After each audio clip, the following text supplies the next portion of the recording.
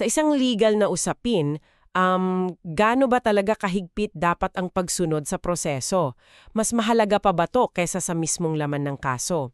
Ito kasing viral na kaso sa Korte Suprema, parang ganito ang tanong eh. Magandang araw sa iyo. Sisilipin natin ngayon yung kasong Caridad Paquejo laban kay Jimmy F. Reyes. Ito yung GR No. 268216, February 26, 2024. Ang source natin, syempre, yung mismong desisyon ng Supreme Court. Ang gusto nating malaman, bakit na technical yung kaso? Paano nangyari na yung nanalo na sa baba, natalo pagdating sa taas dahil sa procedure? Tara, buksan natin to. Okay, so nagsimula to sa simpleng kontrata lang ng upahan. Lote to sa Payatas, Quezon City. Si Jimmy Reyes yung nagpapaupa, tapos yung mag-asawang Caridad at Ramon Paquejo, sila yung umuupa. Mga 6,000 piso, P6,000 kada buwan yon, simula pa noong October 2012. Oo. Pero ang problema, mula April 2017, ayun na, hindi na nakapagbayad yung mga Paquejo. Ahaya nagpadala na si Reyes ng demand letters. 2 beses pa nga yata, August 2017, tapos February 2019. Pinapabayad sila at pinaalis na. Pero di sinunod. Kahit nagbaranggayan pa, wala ring nangyari. So, may certificate to file action na. Kaya April 2019, ayon, nagsampa na si Reyes ng kasong unlawful detainer. Bale yung sinasabi nilang ejectment case. Tama. Ngayon, ang depensa naman ng mga Pacheco. Una, sila daw ang may-ari ng lupa. Galing daw sa Acopiado Estate.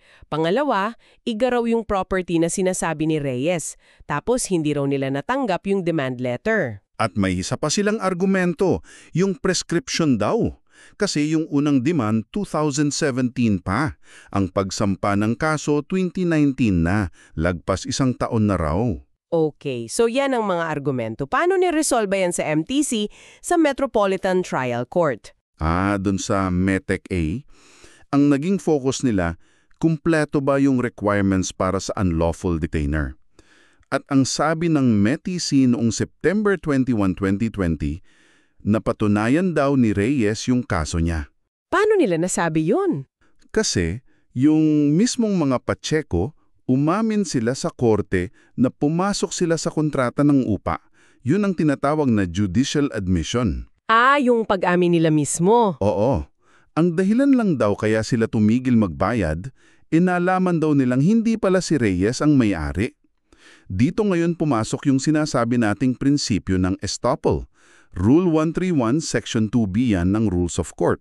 Ano yung estoppel na yan para sa mga hindi familiar? Ibang sabihin lang yan, kung umupa ka sa isang tao, tinanggap mo na siya bilang landlord mo nung nagsimula kayo.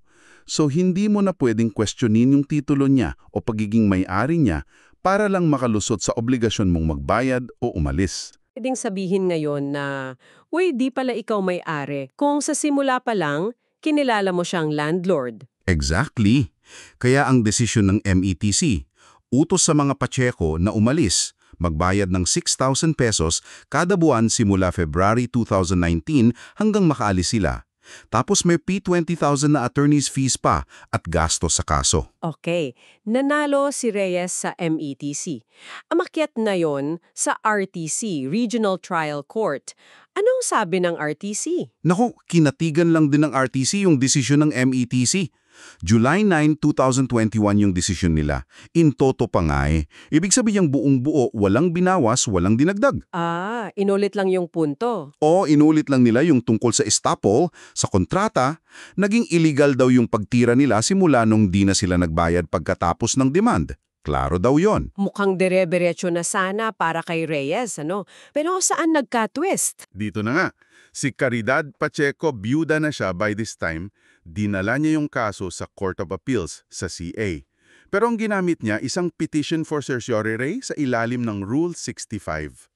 Rule 65? Teka, yan ba yung tamang paraan? Yun na nga ang naging problema. Dito na pumasok yung teknikalidad. Kasi yung CA sa resolutions nila noong July 26, 2022 at yung sa motion for reconsideration noong May 8, 2023, dismiss agad yung petisyon ni Pacheco, outright dismissal. Grabe. Ano yung mga dahilan? Una, mali raw yung remedyo.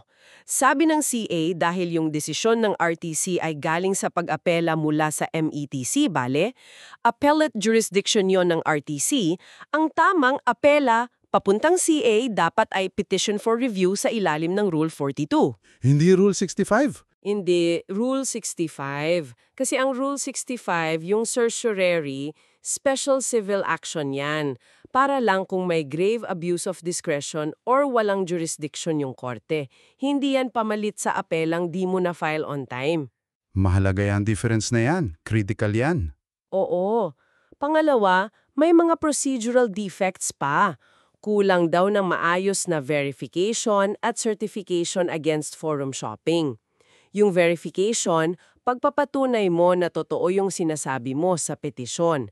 Yung certification against forum shopping, sumusumpa ka na wala kang ibang kaparehong kaso sa ibang korte. At mas istrikto sila dyan sa certification against forum shopping, di ba?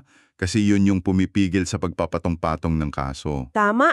Sabi ng CA, kahit nag-submit pa raw later si Pacheco, di pa rin daw sapat or di na-cure yung defect properly, lalo na yung sa forum shopping. At pangatlo, pinakamatindi siguro, huli na raw sa pag-file. Huli? Gaano kahuli? Kahit daw ituring na Rule 42 yung file niya para lang makonsider, lampas na raw sa 15-day period. Dapat 15 days lang yan mula matanggap ng abogado yung desisyon ng RTC. Ang file ni Pacheco pang 50 araw na raw. Wow! 50 days! Oo. So, sabi ng CA, yung desisyon ng RTC, final and executory na. Tapos ng boxing, kumbaga. Dapat ipatupad na. Tinanggihan din nila yung argumento tungkol sa bagong rules on expedited procedures. Kasi para lang daw yun sa mga kasong final simula April 11, 2022. Mas maaga tong kaso. So yun ang naging hatol ng CA na technical talaga. At ito na rin yung kinatigan ng Korte Suprema noong February 26, 2024. Yes. Ang tanong lang naman sa Korte Suprema, tama ba yung CA na i-dismiss yung kaso dahil sa mga technical reasons na to? At ang sagot ng Korte Suprema? Walang reversible error yung CA. Tama lang yung ginawa nila. Pinagtibay talaga ng SC yung kahalagahan ng pagsunod sa procedural rules. Na may pagkakaiba talaga yung depekto sa verification na minsan pwedeng itama, kumpara sa depekto sa certification against forum shopping na mas mabigat at hindi basta-basta pinapalusot. At yung punto na ang pag-apela ay isang pribiledyo lang, hindi karapatan, kaya dapat sundin yung tamang paraan at tamang oras. At hindi pwedeng gawing substitute yung certiorari, Rule 65, para lang mahabol yung apelang lumipas na ang panahon, Rule 42. At dahil lumipas na yung panahon, yung desisyon ng RTC naging immutable na raw, hindi na pwedeng galawin.